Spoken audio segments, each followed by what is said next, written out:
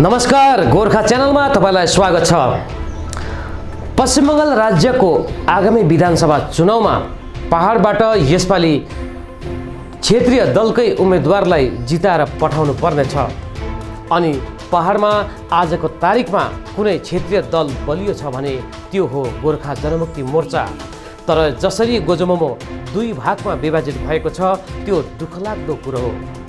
म त यसपालि चुनाव लड्दिन अनि चुनावमा भाग पनि लिदिन, तर गोर्खा जनमुक्ति मोर्चा 1 अनि 2 मिलेर आएको खण्डमा म पनि उनीहरूको चुनाव प्रचारलाई सघाइदिउँला। यो भनाइ हो डाक्टर हर्कबहादुर छेत्रीको। डाक्टर हर्कबहादुर छेत्री जो पूर्व विधायक कालेबुङबाट हुनुहुन्छ भनेदेखिको जनआन्दोलन पार्टीका उनी अध्यक्ष पनि हुन्। हिजो मात्र गोर्खा समाजका अर्का विद्वान व्यक्ति प्रोफेसर महेन्द्र पी लामासित मैले अन्तरङ्ग कुराकानी गरेको कुरो तपाईँले हेर्नुभयो। उनले कहीँ न कहीँ भारतीय जनता पार्टीको पक्षमा ब्याटिङ गरेका थिए भनेदेखिको आज डाक्टर हर्कबहादुर छेत्री कालेबुङका अर्का तथा गोर्खा समाजका अर्का विद्वान व्यक्ति डाक्टर हर्कबहादुर छेत्रीले कहीँ न कहीँ तृणमूल काङ्ग्रेसको पक्षमा ब्याटिङ गरेका छन्। उनका यो ब्याटिङका कुराहरूलाई सम्पूर्ण बुझ्नको निम्ति गोर्खा च्यानलको यो एपिसोड अर्थात् भनौँ यो मेरो अन्तरङ्ग कुराकानी सम्पूर्ण रूपले तपाईँले टप टु बटम हेर्नुहोला। आगामी विधानसभा चुनाव अब मुखैमा आइसकेको छ अनि यो चुनावको अगाडि विशेष हाम्रा व्यक्तित्वहरूलाई तपाईँहरूको समक्षमा लिएर आउने जुन क्रममा आज हामीसित यस्तो व्यक्तित्व हुनुहुन्छ। स्वयं कालेबुङका पूर्व विधायक हुन् अनि कालेबुङका एक प्रकाण्ड एउटा विद्वान अनि प्रबुद्ध या भनौँ बुद्धिजीवीको रूपमा मानिने उनै डाक्टर हर्कबहादुर छेत्रीलाई तपाईँको समक्षमा लिएर आएको छु। हजुर सरलाई यो हाम्रो आजको चर्चा कार्यक्रममा स्वागत जनाउन चाहन्छु सर। धन्यवाद। सर, विधानसभा चुनाव आयो है, विधानसभा चुनाव आयो, तपाईँ एक टर्म भनौँ है विधायक गरिसक्नु भएको छ, पूर्व विधायक हुनुहुन्छ, धेरै अनुभव तपाईँकोमा छ है अनि तपाईँको कार्यकालमा धेरै काम पनि भइसकेको छ।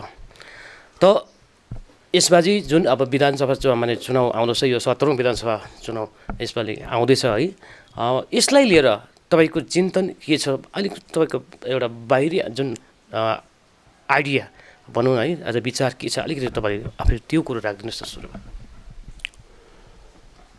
अब यसपालि दलको हिसाबले हामीले भाग नलिने कतिपय कारणहरू छन् जो मैले बताइरहनु पर्दैन।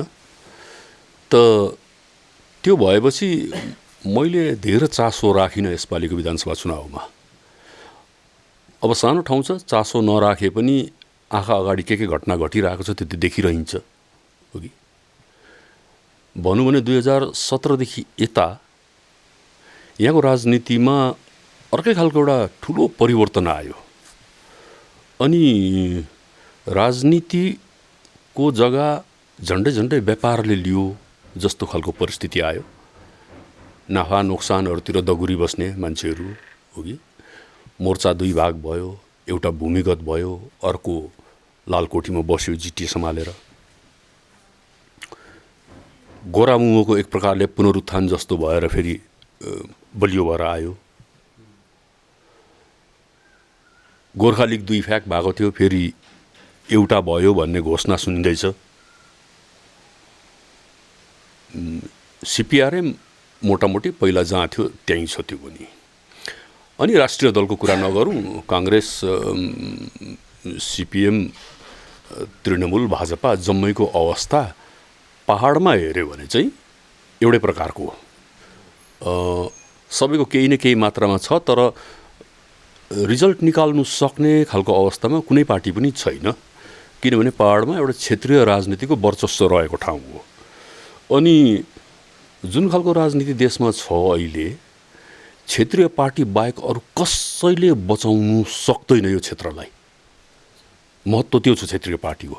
किनभने जब हामी राष्ट्रिय पार्टीलाई विश्वास गर्छौँ या राज्य स्तरको पार्टीलाई विश्वास गर्छौँ, उनीहरूको ठुलो आफ्नै एजेन्डा हुन्छ, हामीलाई चाहिँ थमथम्याएर राख्ने काम मात्रै गर्छ राज्य र राष्ट्रकोले। हामीले देख्यौँ अब राज्यको भन्दा पनि अहिले त राष्ट्रको त अब यति साह्रो थमथम्याउने पार्टी छ कि त्यही मुद्दामा 2009मा हामीले जितायौँ। उग्र भएर हामीले पनि क्याम्पेन गऱ्यौँ। 14मा त्यही मुद्दामा फेरि उग्र भएर क्याम्पेन गऱ्यौँ। इलेक्सन सक्ने बित्तिकै हाम्रो केही न केही समाधान आउँछ भन्ने एउटा विश्वास थियो। 19मा पनि त्यही उग्रतासँग चुनाव भयो, त्यही पार्टीले जितेर गयो। तर अब त्यसपछि के भयो, त्यो मान्छेको आँखा अगाडि छ। म घरिघरि एउटै कुरा दोहोऱ्याएर मेरै मुख बिगार्नु चाहदिनँ है। अनि अब किनभने अब गाली पनि कति गर्नु एउटैलाई है। अब कोही बेला विरक्त लाग्छ। अनि बोल्नु थालेपछि त्यही कुरा नै मेरो दोहोरिन्छ, जुन चाहिँ मैले 14मा भन्थेँ, जुन चाहिँ मैले 17मा भने, जनआन्दोलन पार्टी बनाएर जे भने त्यही चिजहरू अहिले पनि दोहोऱ्याउनुपर्छ। अन्त कतिले सोच्दा पनि हुन् सरले त जहिले पनि एउटै कुरा गर्छ भनेर। अनि म तिनीहरूलाई पनि भन्नु चाहन्छु, अब यो चाहिँ कस्तो भयो भने डाक्टरकोमा जाँदा यो डाक्टरले त जहिले पनि त्यही दबाई दिन्छ भने जस्तो भयो।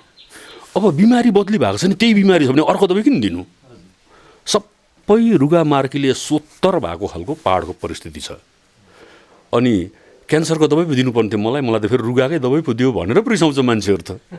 बिमारी जे छ दबाई त्यसैको हुनुपर्छ हो कि। र यस्तो परिस्थिति छ। यो परिस्थिति अब सबै निराशाजनक चाहिँ छैन। निराशाजनक किन छैन भन्छु भने यो मैले पहिल्यैदेखि दोहोऱ्याइरहेको कुरा हो कि स्वस्थ डेमोक्रेसी हुनुको लागि, प्रजातन्त्र एकदम स्वस्थ हुनुको लागि चाहिँ स्याट्रै एउटै पार्टीको नियन्त्रणमा जब पहाड जान्छ त्यसले कहिले राम्रो काम गर्दैन। यो हामीले जिएनएलएफको टाइममा पनि देख्यौँ, मोर्चाको टाइममा पनि देख्यौँ हो कि। किनभने अब एउटा पार्टीको वर्चस्व भएपछि अब कम्प्लेन कसलाई गर्नु? किनभने जताततै त्यही पार्टी मात्रै छ, कम्प्लेन गर्ने ठाउँ त चाहियो नि एउटा, त्यो थिएन। आज अवस्था के छ भने जोगी देख्दा भैँसी डर, भैँसी देख्दा जोगी डर, कुन चाहिँ मेजोरिटीमा छ कुन चाहिँ माइनोरिटीमा छ त्यो कुनै पनि पार्टीलाई थाहा छैन। अनि हरेकले दाबी चाहिँ गर्छ हामी मेजोरिटीमा छौँ भनेर, तर कसैलाई पनि थाहा छैन। अनि यहाँ बिचमा साइलेन्ट भोटरहरूको पनि कुरा उठ्छ। म त किसिम किसिमको कुरा सुन्छु। एक दिन एकजना नेताले, नयाँ भाजपामा जाने नेताले मलाई भन्यो त्यसै बाटोमा भेटेर, लोइ दाजु सघाउनुपर्छ, हामी त कमल फुलाउने कोसिसमा छौँ भनेर भन्यो। अनि मैले हल्का फुल्का भनिदिएँ, हिलोको व्यवस्था गऱ्यौ के भनेर सोधेँ। किनभने कमल त राम्रोमा त फुल्दैन, त्यो हिलै चाहिन्छ। अनि यति बेला पहाडमा त हिलो त प्रशस्तै छ हो कि। अब राज्यमा एउटा राजनीतिक दलले के गर्दैछ, त्यसको पोलिसीले राज्यलाई, देशलाई राम्रो भएको छ कि छैन, राष्ट्रको पार्टीले त्यो सोच्ने फुर्सद पनि छैन, खै बुद्धि पनि छैन जस्तो लाग्छ म त आजकल त हो कि। आज हामी आँखा सामु दिल्लीबाट किसानहरू बङ्गाल आएर प्रचार गर्दैछ कि यिनीहरूको कालो कानुनले गर्दा भोलि पर्सि देशमा मान्छेले भात खानु पाउँदैन, जो सुकैलाई समर्थन गर तर भाजपालाई भोट नदेऊ भनेर स्पष्ट प्रचार गरेर जाँदैछ।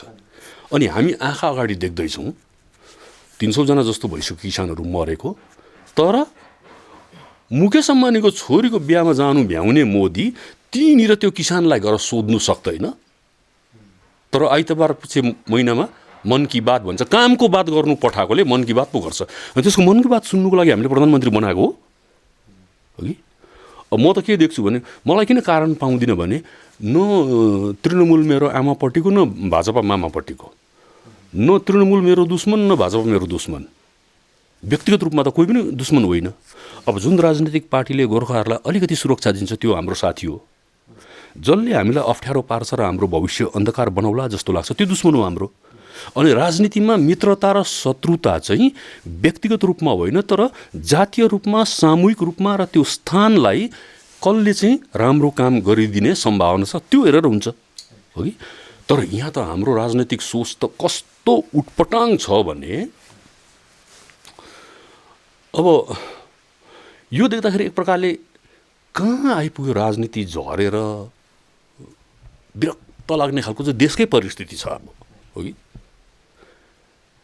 एउटाले मुद्दा बनाउँछ बङ्गालमा जय श्रीराम भन्नु हुँदैन भनेर हो कि। अब हामीलाई चाहिँ लाग्छ जय श्रीराम भन्दाखेरि के अरे चामलको दाम घट्ने भए त म पनि भन्थेँ नि अच्छा सर, म यसमा आउँछु राष्ट्रिय पार्टी क्षेत्रीय पार्टीको अवस्थान है। अब बङ्गालमा अहिले जुन लडाइँ भइरहेछ टिएमसी र भाजपा विरुद्ध नै यही बिचमा भइरहेको छ है, त्यसमाथि पनि सरको अब्जर्भेसनमा त्यहाँ म आउँछु। तर मलाई लाग्छ कि दर्शकबिन कि हामीले यो चिन्तन अलिकति एकपल्ट फ्ल्यासब्याकमा हामी यदि फर्केर हामी जाने हो भनेदेखिको कालेबुङको जति पनि विधायकहरू अहिलेसम्म निर्वाचित भएर गए ती विधायकहरूको मध्येमा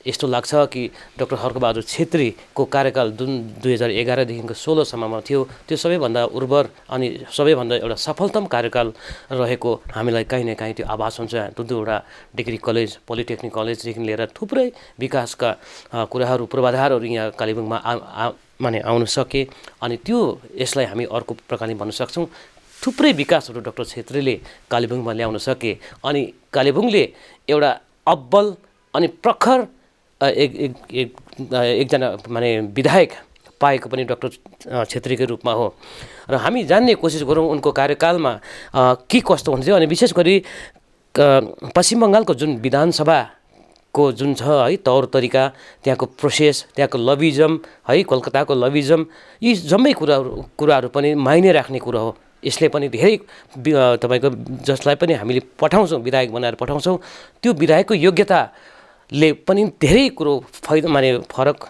पार्ने कुरो हो जनताको हितको सन्दर्भमा। र सरबाट म यो जान्न चाहन्छु सर 2011देखिको 16सम्ममा थुप्रै काम भयो सरको उसबाट है अनि विशेष गरी तपाईँलाई त्यहाँनिर जो विधानसभा छ है विधानसभा बाहिर विधानसभाभित्र पनि त्यहाँको जो लबिजम त्यहाँको कल्चर जुन छ है त्यो कल्चरसित तपाईँ माने छिटै तपाईँ मैले हुलमिल हुन सक्नुभयो छिटै त्यहाँका मानिसहरूको मन जित्न पनि तपाईँ सफल हुनुभयो। त्यसै कारण धेरै विकास पनि हामी तपाईँले ल्याउन सक्नुभयो है। अलिकति सर बताइदिनुहोस् यो पश्चिम बङ्गाल विधानसभाको जुन उयो छ है चरित्र छ त्यसलाई अलिकति प्रकाश पारिदिनुहोस् सर। अब जुन कुरालाई चाहिँ पहिला यहाँ राजनीति गर्नेहरूले प्रचार गर्दाखेरि डल्लै बङ्गाल हाम्रो विरोधमा छ हाम्रो कुरा भन्यो भने पनि कसैले सुन्दैन साह्रो छ भन्ने खालको एउटा प्रचार थियो। मेरो पनि त्यही धारणा थियो नजाउन्जेल। तर त्यहाँ गएर मैले जे देखेँ दार्जिलिङको भनेपछि अर्कै इन्ट्रेस्ट दिएर बात मार्नु आउँछ एमएलएहरू।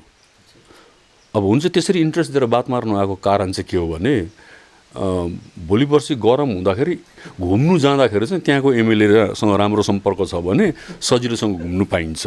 एउटा त त्यो हो कि अर्को यसै पनि दार्जिलिङ भनेपछि उनीहरूले मनभित्र चाहिँ बङ्गालदेखि अलगै नै सम्झिन्छ।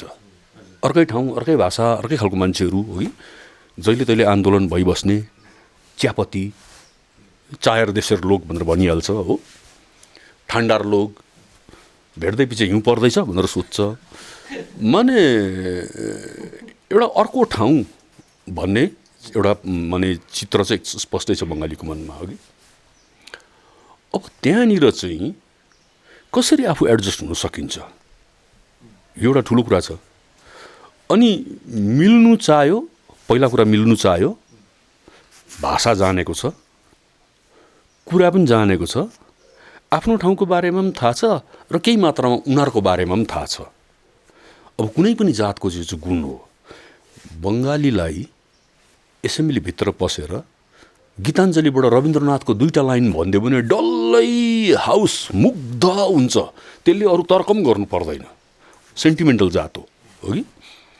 अब हाम्रो पनि त त्यही हो नि सिद्धार्थ शङ्कर राई यहाँ आएर दौरा सुरुवाल लाएर टोपी लगाइदिँदाखेरि त कङ्ग्रेसले जितेको हो अनि माया राई चौबन्दी लगाएर नेपाली गीत गाइदिने हुँदाखेरि कङ्ग्रेसको मजाको बेस बनियो कि।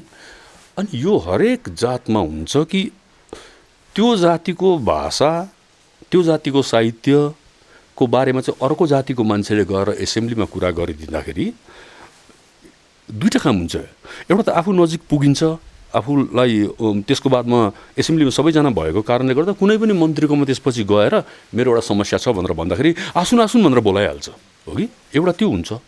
अर्को चाहिँ के हुन्छ भने यो पाहाडबाट आउनेहरू खालि आन्दोलन मात्रै गर्ने अरू केही नबुझ्ने, बम बुझ्ने, बन्दुक बुझ्ने, लट्ठी बुझ्ने, बन्द बुझ्ने, तोडफोड बुझ्ने मात्रै चाहिँ होइन, तर यिनीहरू साहित्य पनि जान्नेहरू, यिनीहरू सबै इडियटहरू चाहिँ होइन भन्ने एउटा धारणा चाहिँ तयारी हुन्छ उनीहरूमा। अनि त्यति भएपछि त्यसले अर्कै अलिकति इज्जत पाउनु थालिहाल्छ। अब एसेम्ब्लीमा मैले मौका पाएँ, यस्तो समय पनि आयो जति बेला स्पिकर विमान ब्यानर्जीले रविन्द्र जयन्ती एसेम्ब्लीमा मनाउँदाखेरि रविन्द्रनाथमाथि भाषण चाहिँ मलाई दिनु लगाएको। अनि यो पनि बुझिराख्नुपर्छ कि जम्मै बङ्गालीले रविन्द्रनाथ पढ्दैन, पूजा मात्रै गर्छ तिनीहरूले। रविन्द्र सङ्गीत त गाइहाल्छ, तर रविन्द्रनाथले के लेख्यो भन त भनेर सोध्यो भने सबै भन्नु सक्दैन उनीहरूले, है। जसरी सबै नेपालीले कहाँ देवकोटा पढ्छ त, हो कि? अन्त त अब यस्तो ठाउँमा जाने मान्छेले, किनभने यहाँ चाहिँ जसले सम्पर्क बनाउनु सक्छ त्यसले नै बेसी काम गर्नु सक्छ। म त हरेकपल्ट भन्छु, राजनीतिमा रणनीति चाहिँ खालि 5% चाहिन्छ, रणनीति 95% चाहिँ कुटनीति चाहिन्छ, डिप्लोमेसी। सबसँग मिल्यो। अनि अब म त्यहाँ हुँदाखेरि के हुन्थ्यो भने मन्त्रीहरूले बजेट राख्थ्यो, मलाई अझ थाहा छ, अहिले भर्खरै बिजेपीमा जाने राजीव ब्यानर्जी माइनर इरिगेसन मन्त्री थियो, उसले बजेट स्पिच दियो, मसँग राम्रो सम्पर्क थियो। अनि उसको 2,225 करोडको बजेटमा 10 पैसा पनि थिएन दार्जिलिङलाई, हो कि? अनि अब किन दिएनौ भनेर बाज्नु त भएन, किनभने तृणमूललाई सघाउनु एसेम्ब्लीमा बसेर भन्ने चाहिँ मोर्चाको निर्देशन थियो। अन्त हामीले तृणमूलको विरोध गर्ने प्रश्न आएन। अनि विरोध गरेर केही पाउने पनि थिएन, उनीहरू मेजोरिटीमा भएकोमा पाउनुको लागि त समर्थनै गर्नु पऱ्यो नि, विरोध गरेर भएन नि। अन्त मैले तपाईँ एकदमै उद्यमी मन्त्री हुनुहुन्छ, तपाईँले धेरै राम्रो काम गर्नुभएको छ भनेर पहिला सर्काएँ। धेरै सर्काएपछि त्यहाँदेखि भने, तर म त दार्जिलिङबाट आएको, अनि मलाई त मेरो इलाकाको बारेमा के हुँदैछ त्यो जान्नु आवश्यक छ। तपाईँको बजेटमा केही पनि प्रोजेक्ट देखिनँ, तपाईँले कुनै प्रोजेक्ट लिनुभएको छ कि छैन, लिनुभएको छ भने कहाँ कहाँ लिनुभएको छ, कति कति अमाउन्टको प्रोजेक्ट हो, लिनुभएको छैन भने किन लिनुभएको छैन, कृपया मलाई जनाइदिनुहुन्छ कि भनेर क्वेसन राखेँ। त्यति बेला उसले उत्तर दिनुको लागि उठेर भन्यो स्पष्ट रूपमा, जिटिएमा जान्छ, त्यो मेरो एरिया पर्दैन, सिलगढीसम्म मात्रै हो, जिटिए एरियामा सेपरेट एलटमेन्ट हुन्छ, त्यो मेरो मिनिस्ट्रीले हेर्दैन। तरै पनि डाक्टर छेत्रीको कुनै व्यक्तिगत प्रोजेक्ट छ भने तपाईँ मलाई जलसेच भवनमा आएर भेट्नुहोस्, म त्यो हेरिदिन्छु भन्यो। अब एउटा घटना चाहिँ भनिहालेँ, तिमीलाई भनिहालेँ। अनि मैले कपिल दाललाई फोन गरेँ, जो एक्जिक्युटिभ इन्जिनियर छ कालिम्पोङमा। कपिल दाललाई फोन गरेर, भाइ यस्तो यस्तो छ, बनाऊ त अलिक राम्रो राम्रो खालको प्रोजेक्ट भने। उसले 2टा प्रोजेक्ट बनाए, एउटा फाइलमा 35 करोडको, अर्को फाइल 3 करोड 95 लाखको। अर्कोपल्ट आउँदाखेरि म त फाइल लिएर गएँ, जलसेच भवनमा भेटेँ। उसले के भन्यो भने, त्यहाँ त साह्रै बेसी भ्रष्टाचार हुँदैछ, यो पैसा दियो भने पनि त्यहाँ काम हुँदैन भन्ने जस्तो सुने डाक्टर छेत्री। यसो गरौँ न, मैले एउटा तरिका निकालेको छु, जिटिएलाई चाहिँ दिदिनँ, तर इरिगेसन डिपार्टमेन्टको डाइरेक्टर चाहिँ यो पैसा खर्च गर्नु तयार भयो भने यो पैसा म तपाईँलाई छोडिदिइहाल्छु, यति केही पनि होइन। म त तपाईँ गएर एक्जिक्युटिभ इन्जिनियर र डाइरेक्टरसँग बसेर बात मार्नुहोस्, उनीहरूले अग्री गर्यो भने म थ्रु गरिदिइहाल्छु भन्यो। म खुसी भएर आएँ। भरे कपिललाई भनिराखेको थिएँ, कपिलले मलाई के भन्यो भने, डाइरेक्टर त त्यो एउटा बहिनी छ, डरायो नि हो सर, उही समुद्रमा रहेर मगरमत्स्य भएर जिटिएले चाल पायो कि डिपार्टमेन्टको थ्रुबाट काम हुँदैछ, पैसा चाहिँ डिपार्टमेन्टमा खर्च हुँदैछ भने चाल पायो भने त मार्छ, यो चाहिँ म गर्नु सक्दिनँ भनेर त नमस्कार गर्यो, सरी सर भनेर भन्यो कपिलले। अब यो चाहिँ भएको घटना। अब यहाँबाट चाहिँ म के भन्नु चाहन्छु भने, एउटा घटना मैले बताएको कारण चाहिँ, म सबै कुरा भने फेरि आफ्नै प्रचार गरे जस्तो हुन्छ, म त्यो गर्नु चाहन्छु कि। तर म एउटा कुरा चाहिँ भनिराख्छु, म इन्डिपेन्डेन्ट एमएलए भएर म माथि मोर्चा थिएन भने जिटिएले जति बजेट ल्याउँदैछ नि त्यसको 2 गुणा त म आँखा चिम गरेर ल्याउने थिएँ एमएलए भएर कालिम्पोङमा मात्रै। त्यति गर्नु सक्छ, किनभने हरेक मन्त्रीसँग सम्पर्क छ, हरेक मन्त्रीको विभाग छ यहाँ, अनि हरेक विभागमा गएर आफ्नो इन्जिनियरलाई काममा लगाएर यो एकदम इम्पोर्टेन्ट छ सर गरिदिनुहोस् भन्यो भने यो मान्छे चाहिँ मुख्यमन्त्रीको अलिक नजिक छ, यसले कम्प्लेन गरिदिनु सक्छ मुख्यमन्त्रीलाई भन्ने डरले पनि यसलाई मुख्यमन्त्रीले मन पराउँछ भनेपछि फटाफटी पास गरिदिन्छ। त्यस्तो काम गर्न सकिन्थ्यो। र अब जाने जुन साथीहरू छन् माने योपालि जितेर जो जान्छन्, म चाहिँ भन्छु तिनीहरूले चाहिँ के काम गर्नुपर्छ भने अलिकति छान्ने मान्छेले भाषासासा जान्ने अलिकति कुरा जान्ने मान्छे पठाउनु हो कि। अर्को कुरा चाहिँ सक्दो नेसनल स्टेटको होइन लोकल पार्टीलाई पठाउनु हो कि। अनि यो इलेक्सन चाहिँ अर्को कुरा याद राख्नु पर्ने के छ भने यो इलेक्सनमा गोर्खाल्यान्ड भन्नेहरूलाई चाहिँ सिस्नो पानी लगाउनु। यो डेभलपमेन्टको हो। यो गोर्खाल्यान्डले जति बेसी शोषण चाहिँ गोर्खाहरूलाई कसैले पनि गरेन। यही शब्द भन्छ, भोलि नै गोर्खाल्यान्ड ल्याउँछु जस्तो कुरा गर्छ, म्युनिसिपालिटीमा पनि गोर्खाल्यान्ड भन्छ, पञ्चायतमा पनि गोर्खाल्यान्ड भन्छ अघि। अनि भरे खास गोर्खाल्यान्ड पाउने ठाउँमा चाहिँ चुङ बोल्दैन अब के अरे संसदमा चाहिँ। यो त देखिरहेको छ त हो। अन्त यो पहाडको जनता शिक्षित हो कि मूर्खहरू हो यिनीहरू, यति पनि छुट्याउनु सक्दैन। क्षेत्रीय दलबाट मान्छे पठाऊ, छान, सङ्गठन बलियो भएर केही नाप्दैन। किनभने सङ्गठन जाँदैन, जान्छ आफूले छानेको व्यक्ति। सङ्गठन कमजोरै होस्, व्यक्ति बलियो पठाउनुपर्छ। व्यक्ति भाषा जान्ने, ज्ञान भएको, सम्पर्क राख्नु सक्ने, मान्छेसँग मिल्नु सक्ने त्यस्तो मान्छे पठायो भने चाहिँ उसले उहाँ गएर आफ्नो सम्पर्क बढाउनु सक्छ। कम्युनल कुराको कुनै दाम छैन है कलकत्तामा। मलाई मान्छेले त्यहाँ किन मन परायो भन्दाखेरि यो मान्छे कम्युनल छैन, साम्प्रदायिक छैन भनेरै मन परायो।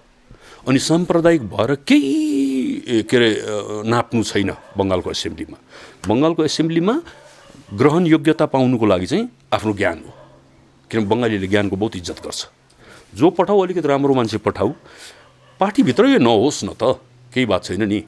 जसले जेनरललाई सपोर्ट गर्नेहरू छ त्यो भित्र पनि त कोही कुरा बुझ्ने, राम्रो बोल्नु सक्ने आफ्नो मान्छेहरू छ होला नि। खट्ने भन्ने एउटा टर्म छ नि हाम्रोमा, यो खट्नेले बिगारेको छ क्या। हामी पुरा खटेको भन्छ कि, कहाँ खट्यो भन्दाखेरि चाहिँ डम्बर चोकदेखि मिन्त्री स्टोरसम्म ओहोरदोहोर गरेर त्यसलाई नै पार्टीमा खटेको भनेर भन्नेहरू छ। अन्त त्यो ठाउँ त्यस्तोको लागि होइन। त्यो भाइहरूको पनि आफ्नो जग्गा हुन्छ। तर यो त यति बेला यस्तो क्राइसिसको टाइम छ। बिजेपी उताबाट जुन पाराले आउँदैछ, जुन पाराले एउटा माने धर्मको आधारमा मान्छेमा झगडा फैलाउने कामहरू हुँदैछ, किसानहरूको जुन चाहिँ बेहाल छ, यो लगत्तैपछि अब कोरोना कम्ती भएपछि फेरि एनआरसी र सिएएको कुराहरू आउँछ यहाँ। यो इलेक्सनलाई त त्यति सजिलो एकजना मान्छे भोट जितेर नेता हुने मात्रै पाराले सोच्नु भएन त। अब सिएए र एनआरसीको जति बेला बङ्गालमा इम्प्लिमेन्ट गर्छु भन्दैछ, अमित शाहले होम्सको ग्राउन्डमा भनेर गोर्खाहरूको सुरक्षाको लागि म चट्टान भएर बस्छु भनेर गएर पनि 1,19,000 के अरे आसामको गोर्खाहरू डिटेन्सन क्याम्पमा पर्यो। हिजै बिहान मात्रै एकजनाले उसमा लेखेको छ, के अरे वाट्सएपमा एउटा न्युज पठाएको छ आसामबाट लेखेको। उसले के भन्दैछ भने अब 6 सेड्युल एरियामा यो बोडोल्यान्डपट्टि जमिनको किनबेच नेपालीले पाउँदैन। जहाँ नेपालीको जमिन छ त्यो खजाना पनि लिनु छोड्यो अरे सरकारले हो कि। अनि यो सरकारी जतिवटा इन्टरभ्यूहरू हुन्छ त्यसमा नेपालीहरूलाई एडमिट कार्ड पठाउनु छोड्यो, उनीहरूले इक्जाम बस्नु पाउनु छोड्यो। यो बिस्तारै बिस्तारै उनीहरूकोबाट के अरे सरकारी कागजपत्र हटाउँदै लगेर यिनीहरू पक्कै शरणार्थी हो भनेर प्रमाण गर्ने काम चाहिँ आसामको बिजेपी सरकारले गर्दैछ। त्यही कुरो चाहिँ यहाँ फैलिन्छ, यहाँ दोहोरिन्छ। किनभने केही दिन अगाडि दिलीप घोषले दिएको एउटा वक्तव्य थियो कि यिनीहरू बाहिरबाट आएको मान्छेहरू, यिनीहरूलाई हामीले कुकुरलाई जस्तो गोली ठोकेर मार्यौँ भनेर चाहिँ त्यो 2017को आन्दोलनको टाइममा त्यति बेला इभन टिएमसीलाई पनि छुट्याएन उनीहरूले। टिएमसीले गरेको कामलाई पनि एकदम राम्रो काम गर्यो भनेर भन्ने चाहिँ दिलीप घोष थियो। अनि यो जबसम्म के अरे चौरस्ताबाट नारामा चाहिँ के अरे संसारको शक्तिले गोर्खालाई हल्लाउनु सक्दैन भनेर नारा लगाउनेहरू नि, चुनावको समयमा एक्लै दह्रो भएर आफ्नो बुथमा उभिनु सक्दैन नाथेहरू, संसारको गोर्खाले संसारको शक्तिले हल्लाउनु सक्दैन भनेर भन्छ। आफ्नो बुथमा उभिने कोसिस गर, क्षेत्रीय उम्मेदवार पठाऊ, पढालिखा मान्छे पठाऊ। आउँदैछ यो सिए र एनआरसीहरू।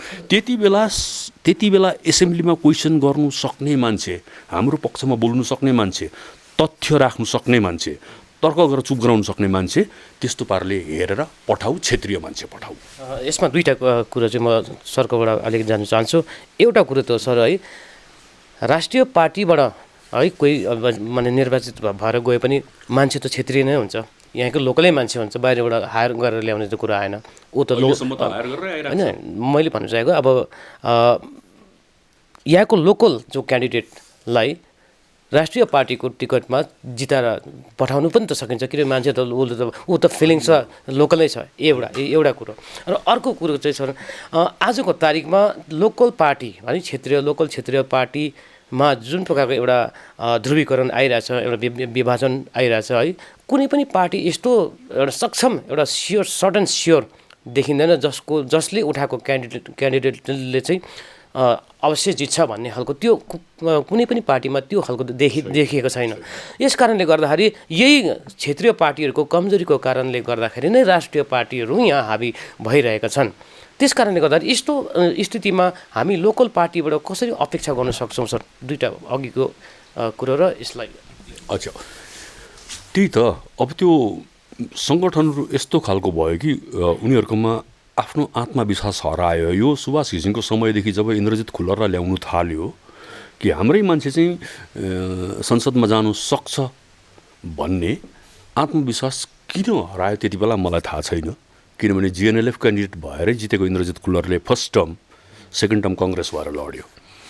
अब यहाँ एउटा राजनीति अर्को के छ भने नि, दार्जिलिङमा कि डिजिएससी कि जिटिए कि भोलि पर्सि गएर अर्को कुनै व्यवस्था भयो भने पनि त्यो व्यवस्थामा आफ्नो एउटा काउन्सिल हुन्छ, त्यसको 3वटा हिल सब डिभिजनमा कन्ट्रोल हुन्छ, एमपीको 7वटा एसेम्ब्ली कन्स्टिट्युन्सीमा कन्ट्रोल हुन्छ। अन्त जहिले तहिले त्यो एउटा इगो प्रब्लम घिसिङलाई पनि त्यही थियो होला कि मेरो चाहिँ 3वटा सब डिभिजनमा डिजिएससी चेयरम्यान, मेरो एमपीको चाहिँ 7वटा एमएलए कन्स्टिट्युन्सीमा कन्ट्रोल मेरोभन्दा ठुलो। अन्त हो त्यो इगोले गर्दा उसले यहीँको मान्छेलाई दियो भने चाहिँ भोलि पर्सि त्यो मान्छे चाहिँ मभन्दा पावरफुल पनि हुनसक्छ, या मेरो अथोरिटीलाई नमान्नु पनि सक्छ, या भोलि पर्सि उसैले आफ्नो बेस बनाएर मलाई ओभरथ्रो गर्नु पनि सक्छ भन्ने डर चाहिँ विमललाई पनि भएको हुनुपर्छ, घिसिङलाई पनि थियो। त्यसले गर्दा यिनीहरूले बाहिरको मान्छे मगाउने यो चाहिँ सुरु गर्यो नि, हो कि। अब अहिले आएर बिजेपीले तिमीहरूकै दिए नि त भनेर राजु विष्टलाई पठायो, हो कि। राजु विष्टमाथि मैले प्रशस्त भनेको छु, अब बेसी भन्दिनँ, बिचारा सानो भाइ हो। अनि अब एउटा फ्याक्ट्रीको एमडीदेखि म त केटाहरूलाई भनिन्थेँ राजु बन गयो जेन्टलम्यान एमपी भएपछि, हो कि।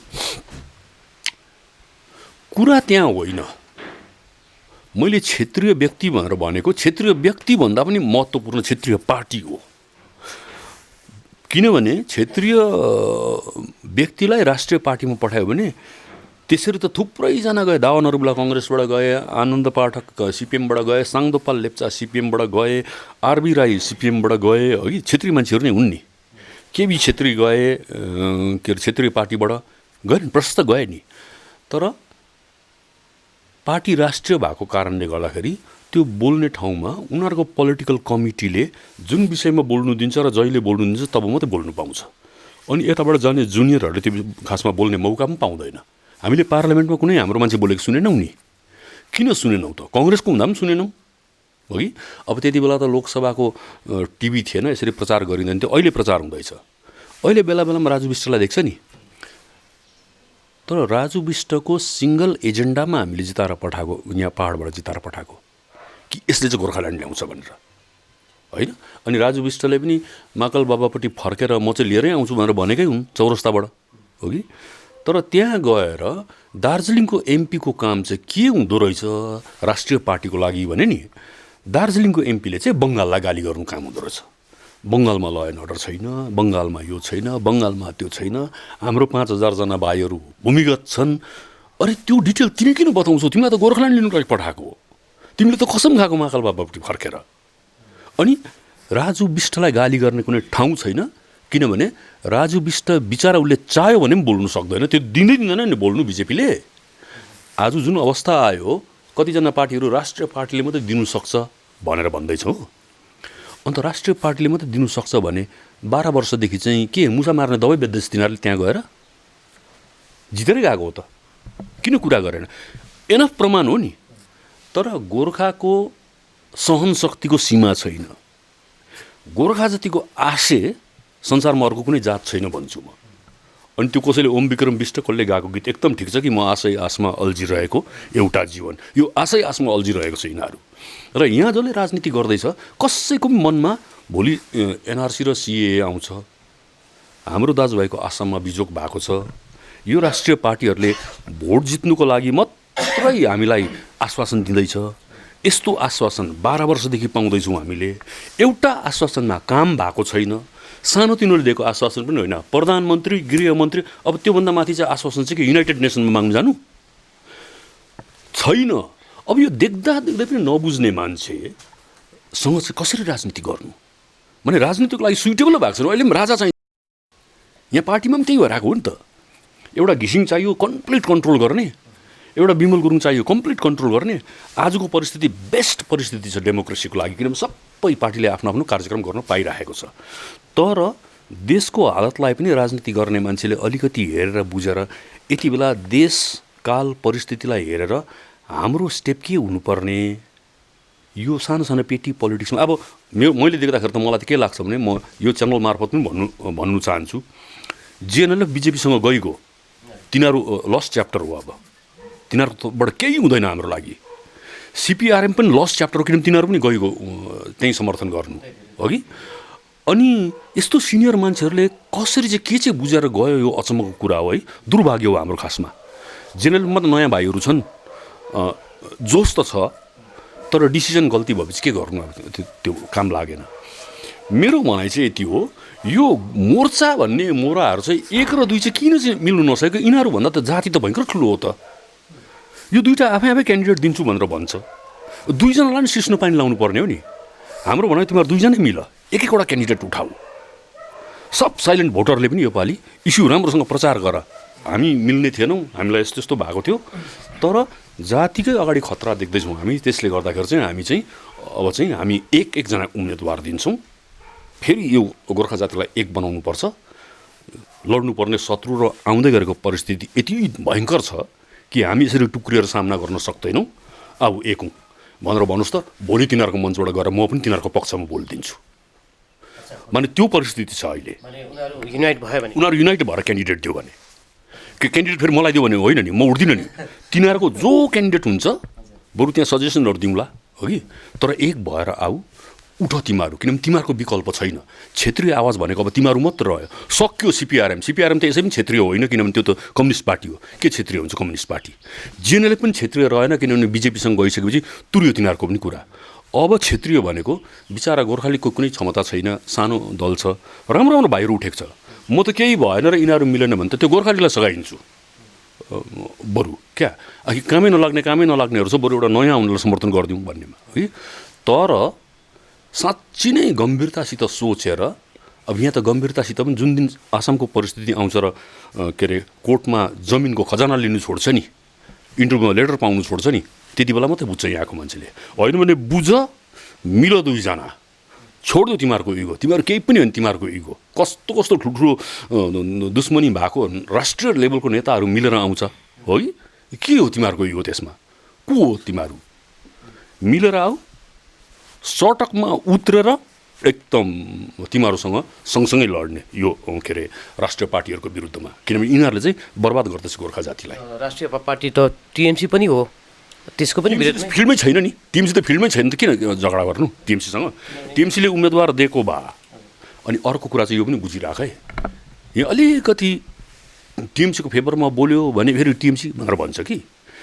अन्त यहाँसम्म बुझ्दैन लठुवाहरूले, अहिलेसम्म हाम्रो माग नपाएको र हाम्रो झगडा चाहिँ राज्यसँग होइन नि, केन्द्रसँग हो नि। माग केन्द्र सरकारकोमा छ। अनि बिमल गुरुङले नबुझेर राज्यसँग झगडा गर्न लगायो, केन्द्र सरकारले नै लगाएको हो। त्यो मरु पनि नबुझिकन झगडा पर्यो हो कि। 2014मा 14 मिनट मोदीसँग हावाजहाजमा उड्नु पायो भनेर भन्दैमा खुसी भयो बिमल गुरुङ, हेलिकप्टरमा भनेको नि। अब 14 मिनट त के भयो नि, म कहाँ बताउँछु सबैलाई भनेर भन्दै थिएँ नि होइन। त्यति भनेको बादमा भरे अहिले आएर के भन्नु पर्दैछ, गल्ती थियो नि त उसको त्यति बेला पनि है। र यसरी हामीलाई यहाँ त के हुँदैछ भने नि, हाम्रो नेताहरूको चरित्र हेरेर, एबिलिटी हेरेर डल्लै जातिको इज्जत पो घटाउने काम हुँदैछ त। इज्जत घट्छ गर्दैन यस्तो खालको नेताहरू भयो भने। यस्तो क्राइसिसमा मिल्नु नसक्ने र म चाहिँ चाहन्छु यिनीहरू मिलेर आयो भने यिनीहरूलाई सघाउने, किनभने क्षेत्रीय भनेर अरू कोही रहेन, अरू कुनै पार्टी छैन, खाली रहेको यो मोर्चा 1-2 हो। अब 1-2 छोडिदेऊ, एक ठाउँ आऊ, हो कि एक ठाउँ आऊ, एक ठाउँ आयो तिमीहरू भने तिमीहरूलाई थाहा छैन कि कति मान्छे बाहिर निक्लेर एकपल्ट फेरि जोसिएर होइन जे भए पनि हामीलाई दबाउने त केन्द्र सरकार नै हो भनेर एकपल्ट फाइट गर्नु तयारी हुन्छ, तर मिलेर आऊ। क्षेत्रीय दलबाट गइसकेपछि सर त्यो त तपाईँलाई नै अनुभव छ सर है, जहिले पनि हामी अपोजिसन बेन्चमा लास्ट बेन्चमा बस्नुपर्ने अवस्था हुन्छ हो कि यो त तपाईँले अनुभव गर्नुभएको छ है, तपाईँको अनुभव हो, यही बताउँदैछु म। अब क्षेत्रीय दलबाट गयो भने मानिलिउँ एउटा एमपी गयो क्षेत्रीय दलबाट, होइन अहिले विधानसभा छ, एमएलए विधानसभामा त केही छैन, विधानसभाको उदाहरण दिनुहोस्। होइन अब विधानसभाको उदाहरण त केही छैन नि, विधानसभामा त जहाँबाट गएर अब एउटा उदाहरण चाहिँ यहाँ हुनसक्छ। मानिलिउँ अहिले पनि जति एक्जिट पोलले टिएमसीले सरकार बनाउने देखाउँदैछ, टिएमसीले सरकार बनायो, एक्जिट पोल त डिफरेन्स छ, कतिवटाले त तपाईँको बिजेपीले बनाउँदैछ, एउटाले मात्रै देखाउँदैछ त्यो सिएन के भन्नेले, चाणक्य भन्नेले, अनि त्यसकोमा अहिलेसम्म पनि टिएमसी नै मेजोरिटीमा छ, बिजेपी छैन। बिजेपीलाई 98 देखि 108 सम्म दिएको छ, टिएमसीलाई 150 देखि 166 सम्म दिएको छ। च्यानलहरूको नि सर त्यो एक्जिट पोल जुन एक्जिट त भन्नु मिल्दैन, ओपिनियन पोल जुन भन्नु छ, अघि तपाईँले एउटा शब्द प्रयोग गर्नुभयो कि समुद्रमा बसेर मगरमच्छसित एउटा दुश्मनी, त कुनै पनि कलकत्ता बेस कुनै पनि च्यानलले तपाईँको ममता ब्यानर्जीको राजमा, टिएमसीको राजमा टिएमसी हार्दैछ भनेर भन्नु सक्छ सर? त्यस्तो परिस्थिति छ। अब अहिले चाहिँ धेरै खुल्ला भयो, किनभने ममताको पहिला जुन खालको कडा लगाम थियो अहिले छैन नि, त्यसले गर्दा त जहाँ जहाँ बिजेपीको मिटिङहरू भएको ठाउँमा ओपनली मान्छेको भिड छ, ओपनली टिएमसीलाई गाली गर्नेहरू छ, त्यसले गर्दा अहिले त्यो परिस्थिति छैन। बङ्गालमा पनि एउटा राम्रो परिस्थिति आएको छ, त्यहाँ पनि एकैजनाको कम्प्लिट लगाम गर्नु कोसिस गर्दाखेरि यो माहौल बिग्रिँदै गएको हो नि है। अब यहाँबाट स्टेट गभर्मेन्टले पनि पाठ सिक्नुपर्छ। अब त्यो हामीले अहिले प्रेडिक्ट नगरौँ, किनभने एक्सपर्टहरू बसेर प्रेडिक्सन गर्दैछ को आउँछ पावरमा, त्यो हामीलाई थाहा छैन। तर एउटा स्थिति चाहिँ यो याद गर्नुपर्छ, पावरमा जो आओस् त्यो पावरमा आउनेको अपोजिट बेन्चमा चाहिँ बस्नु हुँदैन। बङ्गाल एसेम्ब्लीमा अपोजिट एसेम्ब्लीमा बस्यो भने चाहिँ त्यसको केही काम पनि हुँदैन। एक्ज्याक्टली त्यही म भन्न चाहेको, भोलिको दिनमा टिएमसी नै आउँछ भन्ने कुनै ग्यारेन्टी छैन। त्यही त हो, माने अब इनकेस बिजेपी आइदिएको भए यसलाई अलिकति म माने फ्ल्यासब्याकमा जान चाहन्छु सर। 2009मा है 2009को जुन लोकसभा चुनाव भएको थियो है, त्यति बेला टिएमसी पार्टी त्यसलाई सङ्घर्ष गरिरहेको थियो, स्ट्रिट फाइटर भन्छन् है, ममता ब्यानर्जी आफूलाई स्ट्रिटमा फाइट गरिरहेको थिइन्। त्यो फाइट गरेको बापत 19 सिट जितेको थियो बङ्गालबाट है, लोकसभाको निम्ति 19 सिट जितेको थियो। अनि 2021मा जब 11मा जब विधानसभा चुनाव आयो 170-80 कति 94 कति ल्याएर ऊ पावरमा आयो। लगभग 10 वर्षपछि इतिहास त्यही दोहोरिने खालको परिस्थिति देखिँदैछ, किनभने निको भारतीय जनता पार्टी जो 2016मा 3वटा मात्रै विधानसभाको आसन भएको पार्टी हो, तर 2019मा आइपुग्दाखेरि 18वटा 19को लोकसभामा 18वटा सिट जित्यो। भोट प्रतिशत हेर्नु भनेदेखिको 40% भन्दा पनि बढी प्रतिशत, टिएमसीको 43 भनेपछि झन् 2-3 माने प्रतिशत मात्रै अब कमी बेसी छ। अब यो जुन ट्रेन छ, जुन इतिहासले जुन एउटा ट्रेन जुन आएको छ, यो ट्रेनले कहीँ न कहीँ त्यो 10 वर्ष अगाडिको इतिहास दोहोरिने सङ्केत दिइरहेको छ। हामीले यो सङ्केतलाई पनि हामीले तपाईँ नजरअन्दाज गर्न सकिँदैन नि त सर? यसलाई यसो भनौँ, त्यो 2009मा जुन कारक तत्त्वहरू थियो ममता ब्यानर्जीको वामफ्रन्टसँगको झगडामा, त्यो कारक तत्त्व एउटा पनि छैन अहिलेकोमा। अहिलेको बिजेपीसँगको चाहिँ पुरापुरी धार्मिक ध्रुवीकरण छ। यिनीहरूको एउटै एजेन्डा चाहिँ धर्मको आधारमा गर्नु खोज्दैछ। त्यहाँनिर चाहिँ एउटा ठुलो सेक्सन त अलरेडी नै यिनीहरूसँग आइसोलेट भइगयो नि। यिनीहरूले हिन्दूहरूलाई अलग्गै जोड्नु खोज्यो, मुसलमानलाई अलग्गै घुसपेटिएर के भन्नु थाल्यो। उनीहरूको जुन बिजेपी नेताहरूको भनाइ अथवा उनीहरूको अहिलेसम्मलाई हामीले पर्खेल्दाखेरि जुन प्रकारको अहिलेसम्म पश्चिम बङ्गालमा ममता ब्यानर्जी अथवा टिएमसी या त्योभन्दा अगाडिको वाम सरकार भनोस्, कहीँ न कहीँ मुस्लिम जुन समुदाय छ, हामी लगभग अब 30% को कुरा गर्छौँ, 30% जुन मुस्लिमहरू छ एउटा पकेट उनीहरूलाई एउटा पकेट भोट राख्ने कहीँ न कहीँ तुष्टिकरणको आरोप त यो उठिरहेको हो नि त। वामको विरुद्धमा पनि उठेको, अहिले टिएमसीको उयसमा पनि उठिरहेछ। तर भारतीय जनता पार्टीले तपाईँले भन्नुहुँदैछ तपाईँको धार्मिक ध्रुवीकरण, तर म त्यो देख्दिनँ। उनीहरूले चाहिँ यो बहुसङ्ख्यकको कार्ड खेलिरहेको छ, मुसलमान भर्सेस अदर्स। कार्ड त खेल्छ नि, मुसलमान भर्सेस अदर्स पनि हुँदैन नि। त्यही यो 70% र तपाईँको 30%को लडाइँमा। यहाँ हेरौँ, यहाँ म तिमीलाई एउटा हिसाब दिन्छु है। अमर्त्य सेनको किताब छ द आइडिया अफ जस्टिस भन्ने, यो बिजेपी के अरे हाम्रो वाजपेयीहरू जितेर 99मा प्राइम मिनिस्टरसिपमा आउँदाखेरिको कुरा। 80% हिन्दू छ भारतमा, तर बिजेपीलाई भोट हाल्नेमा 22%ले मात्रै भोट हालेर सरकार बनियो। हिन्दू भन्ने बित्तिकै बिजेपी भन्ने चाहिँ बिजेपीले क्लेम गर्न चाहन्छ, तर हिन्दू बिजेपी होइन। नम्बर 1 चिज हो कि। नम्बर 2, यो खालि त्यो हिन्दू धर्म मात्रै चाहिँ या धर्मको आधारमा विभाजन मात्रै समस्या भएको भए चाहिँ त्यसको समाधान थुप्रै थियो, तर त्यति मात्रै होइन नि। अहिलेसम्म उठाएको एउटा कदम कसैले भन्न सक्दैन जुन चाहिँ सही थियो भनेर देशको लागि। एउटा कदम, न डिमोनिटाइजेसन सही थियो, न जिएसटी सही छ। के अरे उसकै गुजरातमै कतिजना स्मल स्केल इन्डस्ट्री गर्ने व्यापारीहरूले दोकान बन्द गर्नु पर्यो अघि। त्यसको बादमा आयो न अहिले यो किसानको ठिक छ, ब्याङ्क बेचिरहेको छ, सुन बेच्यो रिजर्भ ब्याङ्कको, रिजर्भ ब्याङ्कबाट 1,70,000 करोड रुपियाँ साफ गर्यो, कुनै माने अरू सरकारले गरेको थिएन। अनि यस्तो समयमा जति बेला चाहिँ अब यो कोरोना पनि भयो, बाहिरको मान्छेहरूलाई हवाजहाजमा उडाएर लिएर आयो, तर मजदुरहरू पैदल हिँडेर पनि आउनु नदिएर बाटोमा ब्यारिकेडहरू लगाएर कतिजना ट्रेनको बाटोमा आउँदा हिँडेर काटिएर मऱ्यो। एउटा चिज देखाउ त बिजेपीको जुन चाहिँ राम्रो गऱ्यो भनेर भन्न सकिन्छ, एउटा पनि छैन। म त अचम्म त के लाग्छ, कसरी चाहिँ देशको मान्छे चाहिँ यसरी पागल हुन्छ धर्मको नाममा। फेरि धर्म मान्नुको लागि कुनै पार्टी चाहिन्छ र? लेनिनले उहिले भनेको छ, जुन जनादेश छ तपाईँले काहीँ न काहीँ जनादेशलाई पनि तपाईँले पागलपनसित जोड्नुहुँदैछ। यसलाई जनादेशको अनादर हामी किन नमान्नु? 20-22वटा राज्यमा उनीहरूको सरकार छ, त्यत्रो सरकार गठन गर्ने त्यो भोट हाल्ने मानिसहरू के सब पागल हुन्छ? तपाईँ मात्रै यो सज्जन। मैले अनादर गरेको होइन, तर यो अहिले मैले जे भने यो कुनै कुरा राइट हो। ब्ल्याक मनी फर्केर आयो, 15-15 लाख रुपियाँ कसैको खातामा पर्यो, 2-2 करोड नोकरी कसैले पायो। बरु पहिलो साल नै 10 लाख मान्छेले नोकरी गुमायो। अनि पढालेखा नोकरी माग्नु जानेहरूलाई चाहिँ पकौडी के अरे बेच भनेर भन्यो। एउटा राम्रो काम छ। आज हेर आँखासम्म किसान छ, हाम्रो अगाडि भएन त्यो अर्कैलाई भयो, किसानलाई भयो भनेर हामी आँखा चिम्केर बस्न सक्छौँ त्यस्तोमा? सरको अब माने अब्जर्भेसनबाट म यही बुझ्दैछु, अघिदेखि म बुझ्दैछु बिजेपीको तपाईँ अब एउटा घोर विरोध गरिरहेको हामी यहाँ देख्दैछौँ। काहीँ न काहीँ टिएमसीको काम छैन। ठिक छ, त विधानसभा चुनाव अब आइरहेछ, ठिक छ है। अब जे जस्तो भए पनि हाम्रोमा विकल्प दुईवटा छ।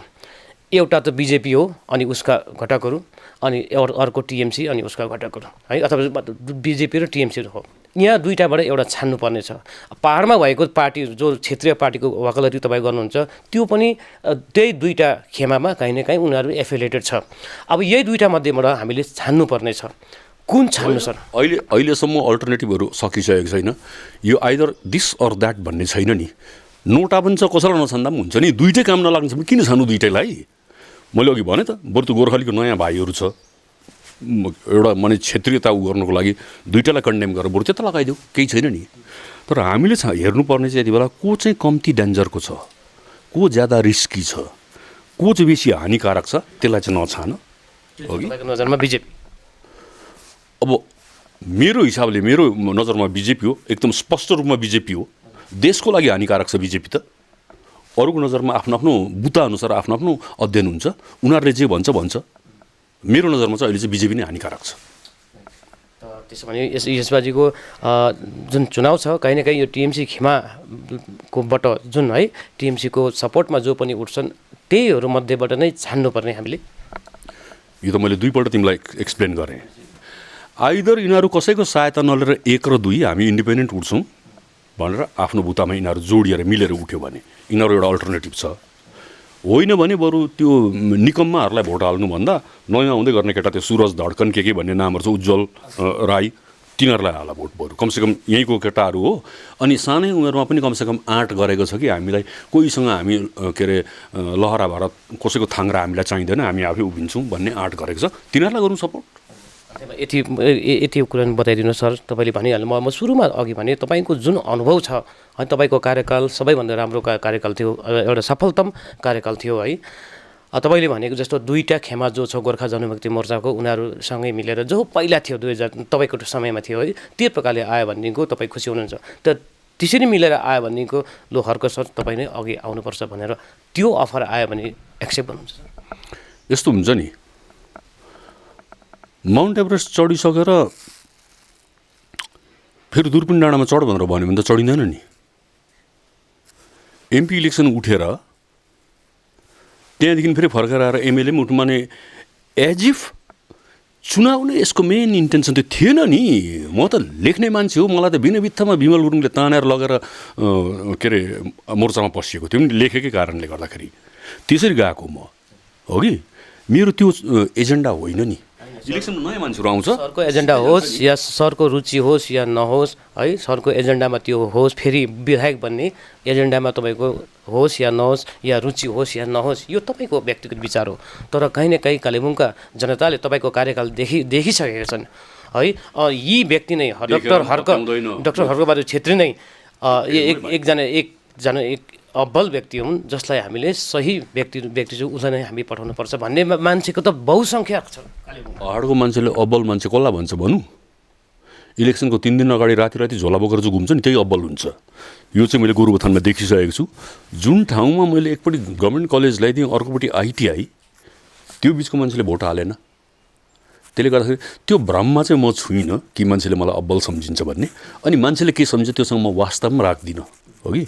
तर म एउटा कुरोमा चाहिँ वास्ता राख्छु, यो ओभरअल राम्रोको लागि यो दुई भाइ मिलेर आउने विचार गर्यो भने म फ्रिली गएर तिनीहरूको क्याम्पेनमा सघाइदिन्छु। तर म उम्मेदवार हुँदिनँ, यो मैले धेरै अगाडि नै भनेको स्पष्ट रूपमा कुनै पनि दलबाट। हुन्छ, बहुत बहुत धन्यवाद सर। दर्शकवृन्द, डाक्टर हर्कबहादुर छेत्री कोबाट एउटा निष्कर्ष भनौँ है, एउटा निचोड विचारधारा यो आएको छ कि जुन क्षेत्रीय पार्टीद्वारा नै यहाँबाट क्यान्डिडेट है, पहाडबाट क्यान्डिडेट, नट अन्ली कालिम्पोङको माने पहाडको 3वटा समष्टिहरूबाट क्यान्डिडेट पठाउनु पर्ने क्षेत्रीय पार्टीबाटै पठाउनुपर्छ भन्ने उनको पहिलो धारणा। दोस्रो धारणा हो अहिले जुन विद्यमान जो क्षेत्रीय पार्टीहरू छन्, विशेष गरी गोर्खा जनमुक्ति मोर्चा जुन दुई भाग भएको छ, कहीँ न कहीँ यो मलाल उहाँलाई पनि रहेछ भन्ने कुरो, र उनीहरू मिलेर आएको खण्डमा म पनि त्यहाँनिर उहाँहरूको क्याम्पेनिङमा सघाइदिन्छु अथवा स्पिचहरू म गर्नु तयार छु भनेर पनि यो उहाँले ठुलो कुरा गर्नुभएको छ। अनि जहाँसम्म क्यान्डिडेटको जहाँसम्म कुरा छ, उहाँ आफै हुने जुन कुरा छ त्यसमाथि उहाँले अहिले स्पष्ट बताउनु भएन। उहाँले भन्नुभयो यसलाई डिनाइ गर्नुभएको छ। तर परिस्थिति यदि बनिएर आएको खण्डमा 2011देखिको 2016सम्मको एउटा सफलतम कार्यकाल सम्हालिसकेका डाक्टर हर्कबहादुर छेत्री